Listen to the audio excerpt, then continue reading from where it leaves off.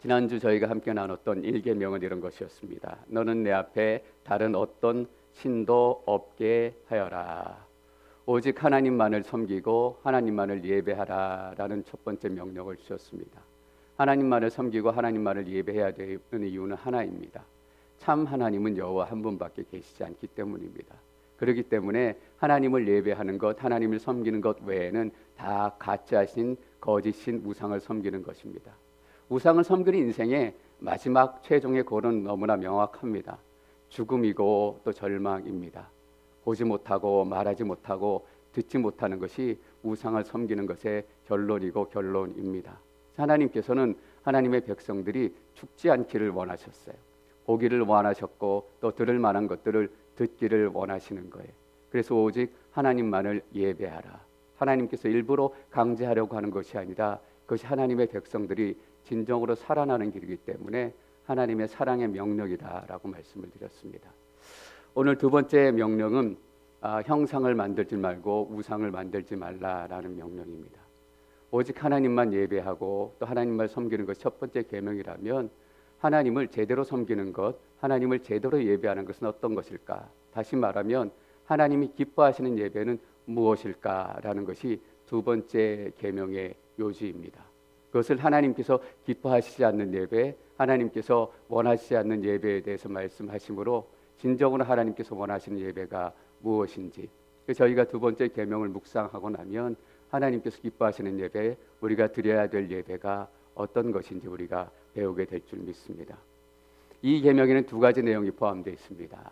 첫 번째는 하나님의 형상을 만들지 말라라는 것이고, 두 번째는 어떤 형상이든지 우상을 만들지 말라라는 거예요. 근데 이 계명의 핵심은 더 첫 번째에 있습니다. 하나님의 이름을 빗대어 하나님의 모습으로 어떤 형상도 만들지 말라라는 거예요. 다른 형상, 다른 우상을 만드는 것도 하나님께서 물론 싫어하시는 일이에요.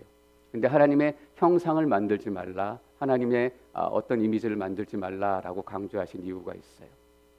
모든 우상 숭배는 우상 숭배라는 이름으로 시작하지 않습니다. 여러분 잘 아시죠? 모든 우상 숭배는 나도 하나님을 예배하고 하나님을 경배합니다 라는 이유로 시작을 해요. 하나님께서 시내산에서 이스라엘 백성들에게 십계명과 율법을 주셨습니다. 이스라엘 백성들은 십계명을 받고 또 율법을 받고 새롭게 출발하는 하나님의 백성들이 됩니다.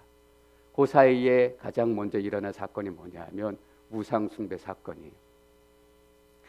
모세가 하나님께서 준 율법을 다 받기 위해서 또 돌판을 받기 위해서 시내산에 올라갔습니다. 40일 동안 금식하면서 그 말씀을 받고 돌판을 받는데 사람들이 한참이 지나도 모세가 내려오지 않는 거예요. 생각이 이 정도면 내려왔겠다. 시간이 지났는데도 모세가 내려오지 않으니까 사람들끼리 어떻게 수군거리기 시작하냐 하면 모세가 내려올 때가 됐는데 내려오지 않는다. 모세가 어떤 일이 일어났는지도 모르겠다. 어떤 상황인지도 모르겠다. 모세가 뭐가 중요하냐라고 얘기하기 시작해요. 그들이 그렇게 얘기하기 시작한 이유는 그들의 마음이 불안해졌기 때문이에요. 그들의 마음이 두려워졌기 때문이에요. 이 광야에서 어떻게 할까? 우리가 죽으면 어떻게 할까? 그 걱정이 그들의 생각을 가득 사로잡고 있었기 때문이에요. 여러분들 그래서 두려움 때문에 그들이 뭘 했는지 아시죠? 금송아지를 만들었어요. 금송아지를 만들어 놓고 축제를 벌여요. 이것이 우리를 이집트에서 인도해낸 신이다라고 얘기하면서 여호와의 절기를 즐기자라고 선포를 합니다. 우상 숭배는 하나님의 형상을 만드는 것으로부터 시작이 돼요. 어떤 하나님의 이미지를 내 마음에 만들어가는 것으로부터 시작이 돼요. 많은 사람들이 예수 믿는 것 같고 하나님 믿는 것 같지만 아니에요. 다 자기가 만들어 놓은 하나님의 형상, 이런 하나님이지, 이것들을 만들어 놓고 거기에 따라가기 시작하는 거예요. 우상 숭배의 본질에는 무엇이 있는가? 이스라엘 백성들이 금송아지를 만들었던 본질에는 무엇이 있는가? 여러분들 이것을 아는 것이 중요해요. 4절 말씀 읽겠습니다. 4절 시작. 너는 너 자신을 위해 하늘에 있는 것이나 땅에 있는 것이나 물속에 있는 것이나 무슨 형태로든 우상을 만들지 말라. 4절의 맨 서두에 중요한 표현이 나옵니다. 너는 너 자신을 위해, 이거예요. 이스라엘 백성들이 금송아지를 만든 이유는 그 자신들을 위해서기 때문이에요. 사랑하는 성도 여러분, 우리가 왜 하나님을 예배하고 조금 전에 저희가 하나님께 기쁜 찬양 올려드렸고 기도를 했습니다. 왜 우리가 하나님을 손들고 찬양해요?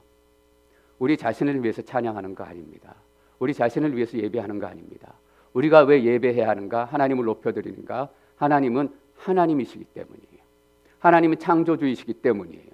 하나님은 이 땅의 주인이시고 우리 인생의 왕이고 통치자이시기 때문에 그 이유만으로도 우리의 예배를 받기에 합당하시고 우리의 찬양을 받기에 합당하시고 우리의 고백을 받기에 합당하신 분이세요. 그렇기 때문에 다른 어떤 이유가 없더라도 우리는 하나님을 예배하고 하나님을 찬양할 수 있어요. 근데 반대가 우상숭배의 시작이에요. 나를 위해서 하나님을 예배하기 시작하는 것, 이것이 우상숭배의 시작이에요. 많은 분들이 주일날 예배 오지만 나를 위해서 온다고요. 우리를 위해서 온다고요. 예배의 기준이 나예요. 예배의 기준이 하나님이 아니라 예배의 기준이 내가 되다 보니까 내 마음에 들고 내 마음에 들지 않고 내가 좋아하는 사람, 내가 싫어하는 사람, 이것이 예배의 기준이 된다고요. 은혜의 기준은 무엇인가? 역시 은혜의 기준도 나예요. 저게 기복신앙이라고 부릅니다. 기복신앙의 핵심에는 뭐가 있냐면 나 자신을 위해라는 것이 있어요. 신앙생활의 목적이 나 자신을 위하는 거예요. 우리만을 위하는 거예요. 그러니까 나밖에 없어요. 나밖에 없는 신앙은 어떤 신앙인가? 기복신앙인데 그 기복신앙의 특징은 뭐냐면 어떤 윤리도 도덕도 없어요. 여러분 왜 사람들이 하나님을 믿는다라고 얘기하고 예수님을 믿는다라고 얘기하지만 그렇게 사회에서 지탄을 받고 비난을 받아요? 이 기복신앙 때문에 그래요. 내가 나의 부족한 것을 구하고 나의 연약함을 구하고 하나님께 도움을 구하는 것이 무슨 잘못인가? 잘못 아니에요, 여러분. 우리가 배고플 때 하나님께 먹을 것을 주세요. 우리가 아플 때 하나님께 내 병 고쳐주세요라고 우리는 기도할 수 있고 마땅히 기도해야 돼요. 하나님께서는 하나님의 백성들이 나의 작은 연약한 부분까지 다 올려드리며 기도하기를 원하세요. 감기도 기도해야 되고 넘어진 것도 기도해야 되고 아무리 작은 부분까지 하나님께서는 기도받기를 원하신다고요. 근데 기복신앙의 문제점은 뭐냐면 그거밖에 없어요. 나의 목적을 이루는 것밖에 없다고요. 한국교회의 가장 큰 문제 중에 하나가 기복신앙이에요. 많은 성장과 많은 은혜가 있었지만 한국교회의 가장 큰 문제는 기복신앙이에요. 교회 안에 들어가면 다 나밖에 없어요. 목사고 성도고 목사도 자신밖에 없고 성도도 자신밖에 없고 그러니까 서로 편갈라서 싸우고 교회에서 그렇게 신앙생활 하다가 나가서 똑같아요. 교회에서 말씀으로 진정으로 하나님을 예배해야 하나님의 방식과 하나님의 윤리와 도덕으로 세상에 사는데 기복신앙으로 훈련받고 기복신앙으로 신앙생활을 하면서 나가서 살 때도 똑같아요. 내 목적 이루고 내가 성공하면 다 돼요. 성공하는 거예요. 그리고 나서 헌금 많이 하면 된다니까요. 어떻게 돈 벌었느냐, 어떻게 살았느냐 이거 묻지 않아요. 여러분 교회 가보십시오. 다 마찬가지 우리 교회뿐. 헌금 누가 많이 해요? 헌금 누가 얼마나 해요? 헌금 많이 하는 성도들은 훌륭한 성도이고 헌금 많이 하시는 분들이 신앙심 좋으신 분들이에요. 그 중심에 뭐가 있는지 우리는 몰라요. 왜 이 시대에 도덕과 윤리가 이렇게 무너져 있는가? 우리 다른 사람들 욕할 필요 없어요. 다 우리 잘못이죠. 크리스찬 잘못이죠. 이런 신앙 가지고 한국에서는 기복신앙이라고 부르고 미국에서는 번영신학이라고 불러요. 내배 부르고 내 등 따스면 나는 신앙생활 잘하는 거예요. 내가 중심이 되는 것. 이것이 우상숭배의 시작이고 어떤 형상이든 어떤 이미지이든 어떤 예배의 모습이든 상관없어요. 하나님께서는 이것을 기뻐하지 않고 이것을 막기를 원하시는 거예요. 4절에 계속 이어지는 것이 이렇게 되어 있습니다. 너는 너 자신을 위해 하늘에 있는 것이나 땅에 있는 것이나 물속에 있는 것이나 이 표현들이 의미하고 있는 것은 무엇입니까? 하늘에 있는 것, 땅에 있는 것, 물속에 있는 것 누가 지으셨어요? 하나님께서 지으셨어요. 피조물로 어떻게 다시금 창조주를 만들 수 있냐 이거예요. 하나님께서 지으신 것으로 너희가 어떻게 다시 하나님을 지을 수 있냐 말도 안 된다라고 표현하고 싶은 거예요. 하나님은 우리가 어떤 형상으로 지을 수 없는 분이잖아요. 여러분 잘 아시는 것처럼 하나님은 영이세요. 하나님은 보이지 않으세요. 하나님은 만질 수도 없어요. 보이지 않는다. 하나님은 영이시다. 그 여러분 답답하시죠? 이것이 우리에게 얼마나 큰 능력과 은혜가 되는지 우리가 깨달아야 돼요. 하나님은 영이시기 때문에 하나님은 육체에 갇혀 있지 않기 때문에 어떤 상황에서도 자유로우신 거예요. 육체에 갇혀 있던 예수는 육체에 갇혀 있었기 때문에 그 육체의 통제를 받아야만 했다고요. 하나님께서는 어떤 물질에 갇혀 있지 않고 영이시기 때문에 어떤 상황에서도 우리가 자유롭기를 원하시고 하나님이 자유로우신 거예요. 근데 우리가 피조물을 통해서 하나님이 어떤 형상을 지으면 어떤 일이 시작이 됩니까? 그 형사에 갇히기 시작해요. 십자가가 우리 크리스찬의 어떤 믿음의 상징, 또 예수 그리스도의 보혈의 상징, 귀한 상징입니다. 이게 상징이에요. 근데 지금 십자가가 우리 교회 내에서 너무나 많이 우상처럼 사용되어지고 있어요. 십자가가 좀 삐뚤어 걸려 있으면 큰일 나요. 물론 바르게 걸려 있어야 되지만 그것이 하나님이 아니거든요. 우리가 십자가라는 형상에 붙들리고 우리가 어떤 성경책 여러분 버릴 때 고민이 되시죠? 성경책을 어떻게 버려야 될까? 버리지 못하는 성경책이 그래서 많으실 거예요. 물론 말씀은 귀하지만 그 책 자체가 우리에게 어떤 하나님은 아니에요. 그것 때문에 우리가 고민하고 그것 때문에 묶여 있다면 오히려 우리의 자유가 박탈당하는 거예요. 주의 영이 계신 것은 자유함이 있다. 진리가 있는 곳엔 자유함이 있다라는 겁니다. 우리가 하나님의 형상을 만들고 그것을 따라가는 순간, 어떤 형상에 매이는 순간 우리는 그 형상의 노예가 되기 시작해요. 그 형상에 붙들리기 시작한다고요. 여러분, 우리 안에 돈이라는 우상이 만들어져 보세요. 우리가 그 돈에 붙들리게 된다고요. 내 인생의 모든 것이 돈의 노예가 돼서 그 돈에 벗어날 수 없게 된다고요. 하나님이 왜 우리를 구원해 주셨어요? 우리를 자유하게 하시기 위해서 구원해 주신 거예요.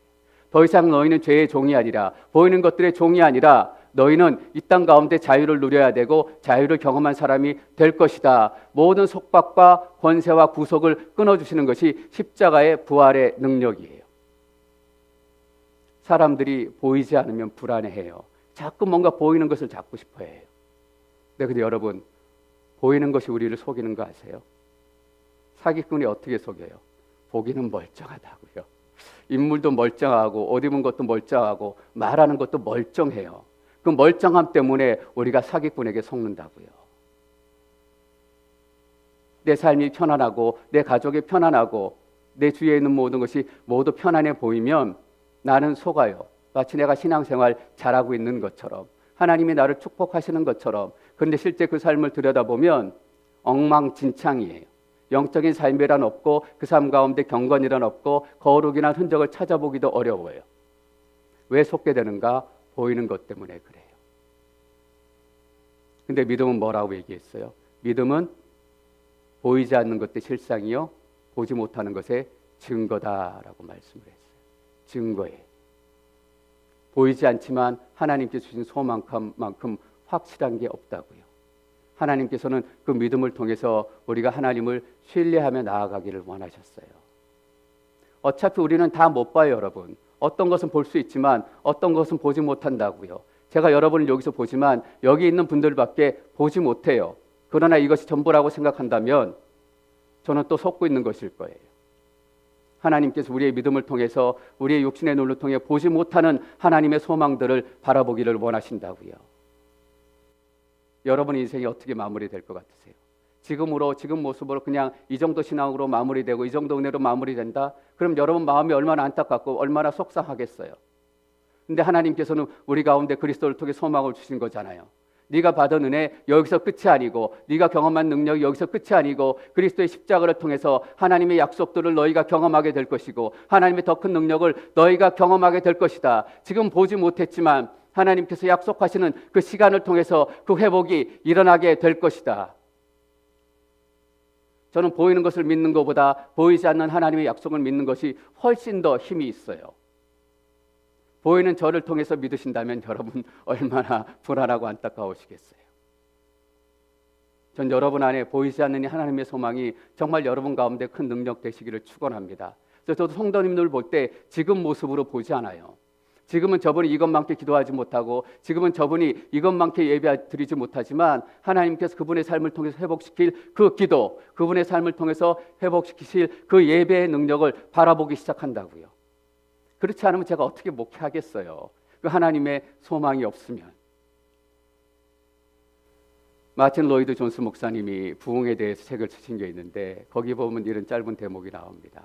부흥이란 어떤 것인가 라는 것을 말씀하시는데 이렇게 모여서 기도하기 시작했대요. 근데 거기에는 뭐 신앙에 이렇게 편차가 있잖아요.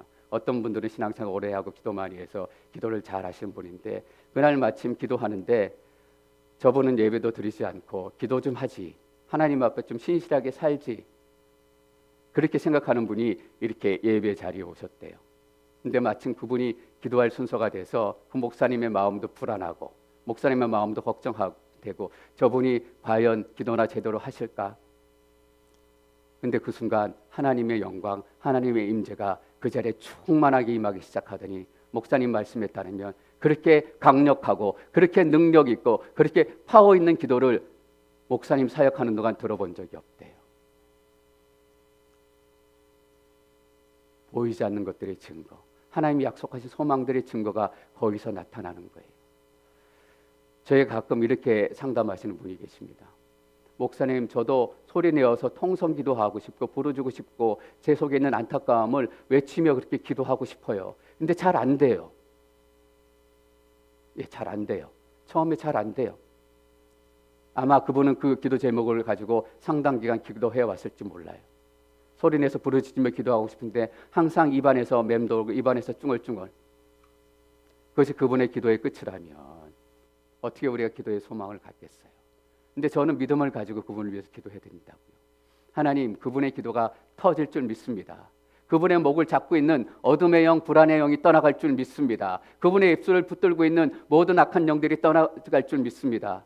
저도 제 목을 잡고 기도할 때가 있다고요. 제 입술에 손을 얹고 기도할 때가 있어요. 기도가 나오지 않고 여러 가지 문제로 기도가 터지지 할 때, 마음만 답답할 때 똑같이 선포하며 기도해요. 하나님, 이 목을 붙들고 있는 어둠의 권세가 떠나가게 해주십시오. 이 입술을 꽉 붙들고 있는 불안의 영들이 떠나가게 해주십시오. 입이 열리고 마음이 열리고 심령이 열리고 보이지 않는 것들이 우리 안에 역사하기 시작할 때 정말 능력이 나타난다고요. 여러분, 보이는 것들은 정말 일부분에 지나지 않아요. 하나님께서 만들어 놓으신 것들이에요. 그걸 어떻게 하나님을 창조주를 만들고 지을 수 있겠어요? 아니에요. 그것 자체가 거짓말로 시작하는 거예요. 하나님은 거짓말로 예배받기를 원하지 않으세요. 얼마나 크고 광활하신 하나님. 우리가 아까 하나님을 높여드리는 찬송기도 찬양기도를 했는데 여러분, 내가 구하지 않고 하나님께 바라지 않고 주십시오, 도와주십시오, 이 기도 외에 하나님 감사합니다, 찬양합니다, 이 기도 얼마나 자주 드리세요? 여러분의 기도를 한번 돌아보시면 좋겠습니다. 내 기도가 주십시오, 도와주십시오 이거로 가득 차 있다면 여러분의 신앙은 기복신앙의 끝자리에 서서 간당간당한 거예요. 얼마나 우리의 입술로 하나님을 깊이 찬양할 수 있을까? 깊이 하나님을 예배할 수 있을까? 아무리 우리가 노력해도 다 찬양할 수 없어요. 하나님께서는 우리가 아는 것보다 훨씬 크신 분이시기 때문에, 우리가 아는 것보다 훨씬 높으신 분이시기 때문에 우리가 믿는 하나님은 그런 하나님이세요. 우리는 현재밖에 알지 못하지만, 과거에 지난 시간도 이것밖에 기억하지 못하지만 하나님은 이 세상 끝까지 다 알고 계신 하나님이세요. 저는 여러분들이 그 하나님을 믿으시기를 축원합니다.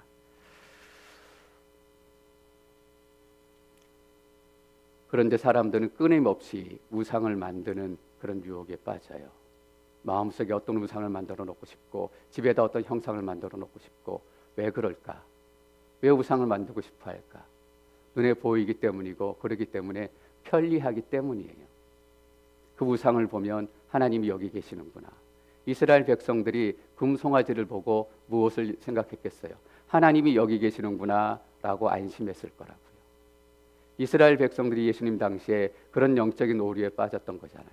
이미 하나님의 임재가 떠나고 하나님의 영광이 떠난 예루살렘, 하나님께서 거하지 않는 예루살렘의 성전. 근데 그들이 성전이 있으니까 하나님께서 우리와 함께 하신다라고 착각하고 그렇게 믿고 살았던 거예요. 아주 편한 신앙생활을 하는 거죠. 아주 자기가 편안하게 신앙생활을 하는 거죠.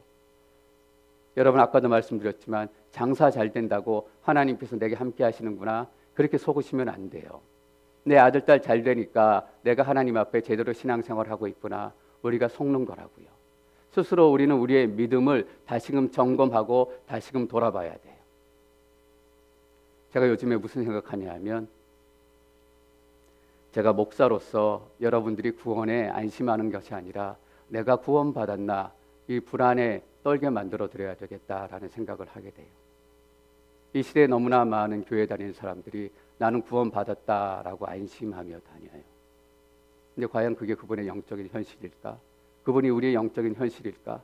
목사가 계속 해야 되는 게 여러분은 구원받았습니다. 안심하십시오. 그래서 그런 모습으로 안심하고 느슨하고 게을르게 다니시도록 위로하는 게 목사가 해야 될 일일까? 아니에요. 목사는 그들에게 영적인 긴장감을 깨우는 거예요. 내가 하나님의 말씀대로 살아가고 있는가? 나의 구원은 과연 안전한가? 그냥 내 생각으로 내 마음으로 구원받았다라고 내 스스로 믿고 나도 속고, 그런데 마지막에 가서 너가 내 이름으로 이것도 행했고 저것도 행했는데 나는 도무지 너를 알지 못한다 라는 얘기를 들으면, 근데 그분이 하나님께 그 시간에 아니에요, 내 교회 다닐 때 박재영 목사가 괜찮다라고 얘기했어요. 슬픈 현실이지만 그런 얘기를 들으실 분들이 너무나 많다라는 거예요. 저는 그런 목사가 되고 싶지 않아요. 여러분들의 구원이 더 확실해지고, 제가 목사로 소명을 받은 이상 여러분들의 삶이 구원을 향해서 나가는 삶이 되기를 원한다고요. 구원받았는지 누가 알아요? 하나님밖에 몰라요. 계속해서 우리의 삶과 믿음을 점검하는 거예요. 내가 기복신앙에 서 있는 것이 아닌가? 구원받는 삶의 증거가 내 삶 가운데 나타나고 그 열매가 맺히고 있는 것인가? 왜 요즘에는 내 삶 가운데 성령의 열매가 더 이상 자라지 않고 더 이상 커지지 않고 여기서 머물러 있을까? 그것 때문에 우리가 기도해야 되고, 그것 때문에 안타까워해야 되고, 그것 때문에 슬퍼하고 탄식해야 된다고요. 교회가 너무나 많은 곳에 에너지를 쏟고 있어요.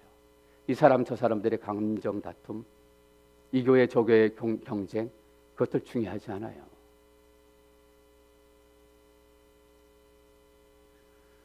사람들은 하나님의 형상을 만들어 놓고 부족처럼 생각해요. 사무엘서 보면 이스라엘 백성들이 블레셋과 싸우는데 싸우다 지니까 어떻게 했는지 혹시 기억이 나세요? 언약궤를 들고 나가요. 언약궤를 들고 전쟁터에 나가면 우리는 무조건 승리한다. 언약궤는 그들에게 무엇이었어요? 그냥 부적이었다고요.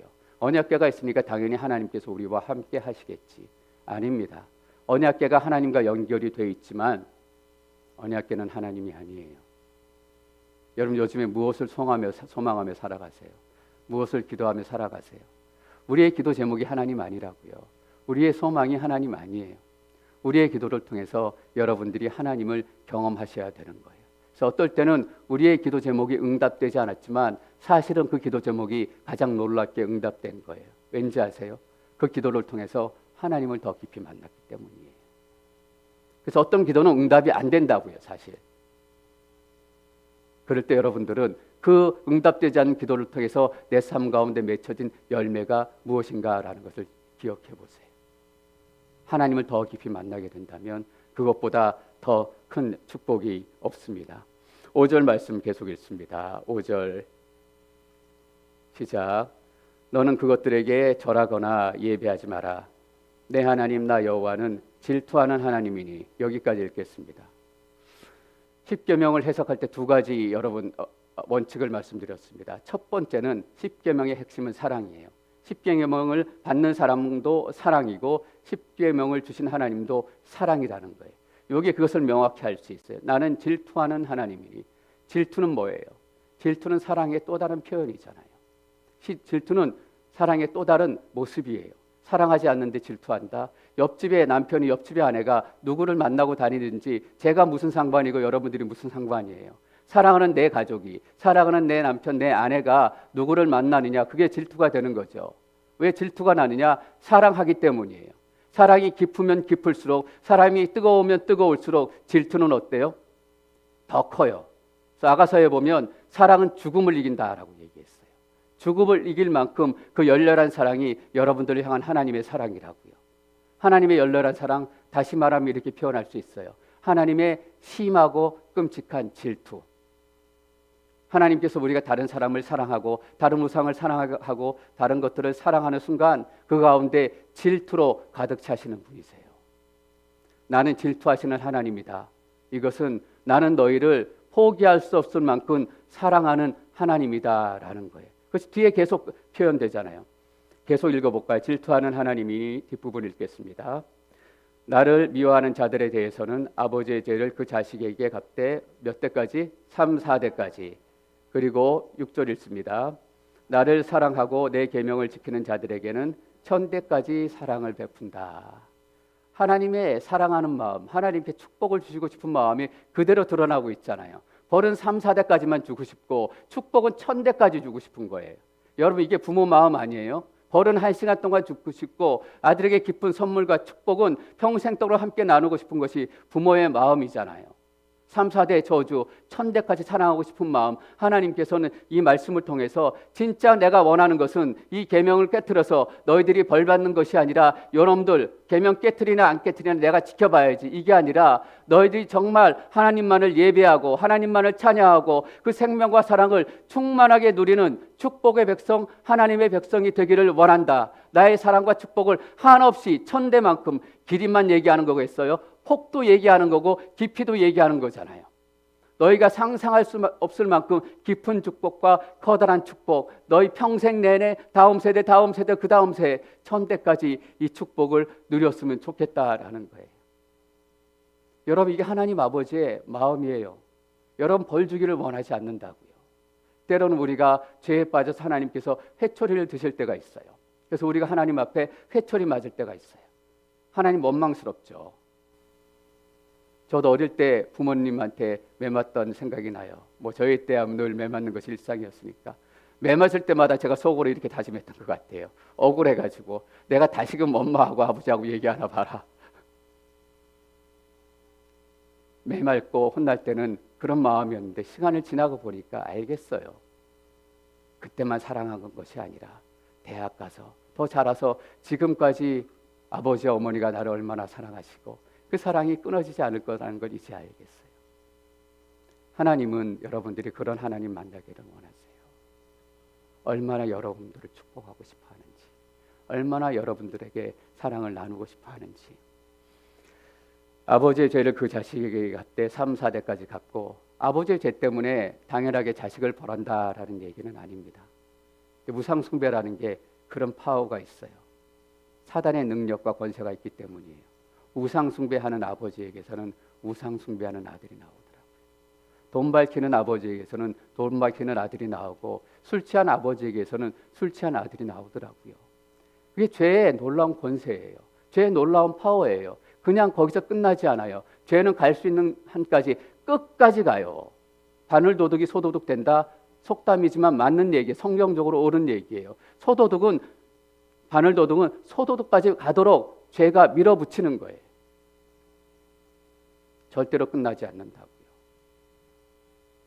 그 자녀들이 아버지의 우상숭배를 따라 우상숭배를 시작하고 또 속에 다른 마음을 품기 시작하고 그 영향이 3, 4대, 사실 그 영향이 더 밑에까지 갈 거예요. 3, 4대 만에 하나님의 은혜를 끊어주시겠다라는 약속이에요. 그 집안의 회개가 시작이 되고 무상의 영향력들, 저주들이 다 끊어지고 그리스도의 이름의 권세로 말미암아 이전의 조상의 저주는 다 끊어지는 거예요. 어떤 분이 어디 가셔서 기도받고 오셨는데 이런 얘기 하시더라고요. 어떤 기도의 능력 있는 분이 은사를 가시는 분이 있는데 본인에게 기도해 주시고 또 본인에게 이렇게 기도하라고 말씀하셨대요. 조상의 30대 죄부터 돌아가면서 하나님, 내 조상의 30대가 지은 죄를 내가 회개합니다. 29대의 죄를 회개합니다. 28대의 죄를 회개합니다. 5대의 죄를 회개합니다. 아버지의 죄를 회개합니다. 30대 죄부터 다 회개하며 기도하라고 말씀하셨대요. 그 기도하니까 너무 은혜가 임하고 능력이 임하고 회개의 눈물이 임했다라는 거예요. 여러분, 아니에요. 30대 이전의 죄는 예수 그리스도의 권세로 이미 끊어졌어요. 우리가 예수 믿는 순간 예수 그리스도의 이름으로 권세로 선포하는 순간 30대 이전의 죄의 권세는 다 끊어졌어요. 아니에요. 그냥 예수 그리스도의 이름의 권세로 시작이 된 거예요. 내 삶을 이제부터 생각하면 되는 거예요. 하나님께서는 그 죄를 우리에게 부담 지우지 않으세요. 그 죄의 문제는 누가 해결해 주세요? 그것 때문에 예수 그리스도가 오신 거예요. 내 삶의 죄뿐만 아니라 이 땅에 수백 년, 수천 년, 수만 년 동안 덮고 쌓이고 있었던 이 죄의 문제들을 인간이 더 이상 해결할 수 없기에 하나님께서 예수 그리스도의 보혈로 죽으심으로 그 죄들을 다 해결해 주신 거예요. 아버지가 살아가는 모습을 배운다라는 의미예요. 여러분들이 어떻게 사느냐가 그렇게 중요합니다. 여러분이 사는 모습을 자녀들이 본받게 될 것입니다. 기도하는 부모, 또 예배하는 부모, 저는 특별히 제 딸에게 어떤 목사로 기억될까 스스로에게 질문을 많이 던져봐요. 그렇게 질문을 던지면 참 부끄러울 때가 많더라고요. 부모의 선한 영향력이 있습니다. 아버지를 우리가 제사장, 또 어머니를 기도의 기둥이라고 얘기해요. 그냥 얘기하는 거 아니에요. 실제로 영적인 권세와 능력이 있습니다. 특별히 아버지가 자녀들에게 손을 얹고 기도할 때 하나님께 주신 영적인 권위가 있다고요. 축복하시면서 기도하세요. 예수 그리스도 이름으로 선포하시며 기도하세요. 이 인생 바뀌게 해주십시오. 이 인생 하나님의 붙들리게 해주십시오. 하나님의 형상이라고 만들어 놓고 엉뚱한 곳 가지 않게 도와주시고 천대까지 주시는 하나님의 사랑을 경험하게 도와주십시오. 이것이 10계명을 2계명을 통해서 하나님께서 주시려고 하는 마음이에요. 너희가 참 하나님을 올바르게 예배하면, 하나님만을 예배하면 이 천대의 축복이 너희 가운데 이르게 될 것이다. 이 은혜가 너희 가운데 나누어지기를 원한다.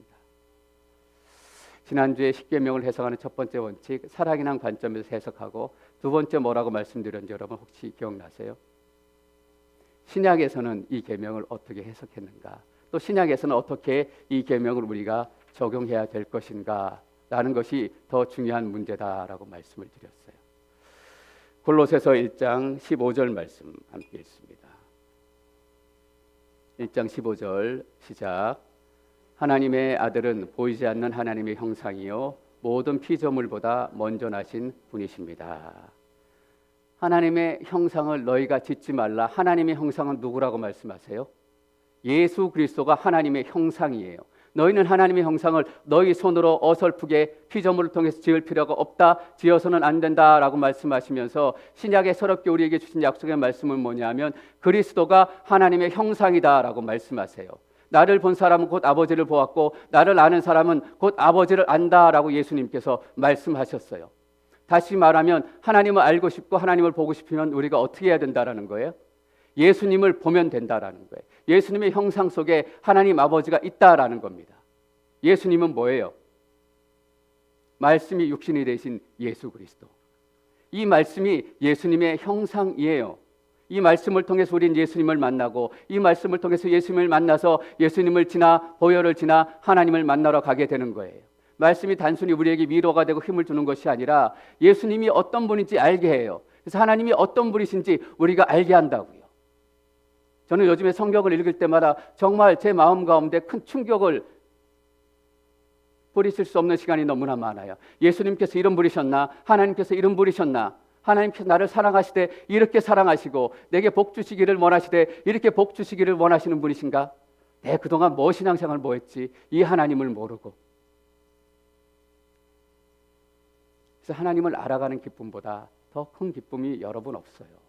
그 기쁨을 알기 시작하면 돈 버는 것도 즐겁고 돈 버는 것도 있어야 돼요. 그것들이 없어야 된다는 것이 아니라 그거와 비교할 수 없는 내 인생의 진정한 기쁨, 내 인생의 진정한 소망. 저는 목사가 된 가장 큰 축복이 여기에 있어요. 여러분들하고 목회하고 또 교회를 섬기고 물론 이런 축복도 있지만 제가 어쨌든 간에 말씀을 보고 연구하고 여러분보다 더 묵상하게 돼야 되는 그런 자리에 있다라는 거예요. 더 많이 읽고 더 많이 묵상하고 더 많이 보게 되니까 여러분보다 사실 더 많은 기쁨을 누리게 돼요. 여러분보다 더 먼저 기쁨을 누리게 된다고요. 설교자의 가장 큰 축복이 거기 있는 것 같아요. 설교를 준비하고 설교를 정리하고 참 어렵고 힘든 시간이 많아요. 근데 그것을 가지고 기도하고 하나님 앞에 씨름하면서 제가 먼저 은혜를 얻는다고요. 하나님, 이 본문을 통해서 제게 주시는 하나님의 은혜와 말씀은 무엇입니까? 그거보다 더 큰 기쁨이 없어요. 더 큰 교회 목회할래? 아니면 이 말씀을 통해서 하나님 만날래? 저는 말씀을 통해서 하나님 만나겠습니다 라는 것을 주저하지 않고 저는 선택할 거예요. 그 기쁨이 얼마나 놀랍기에 마르지 않는 샘물과 같은 거예요.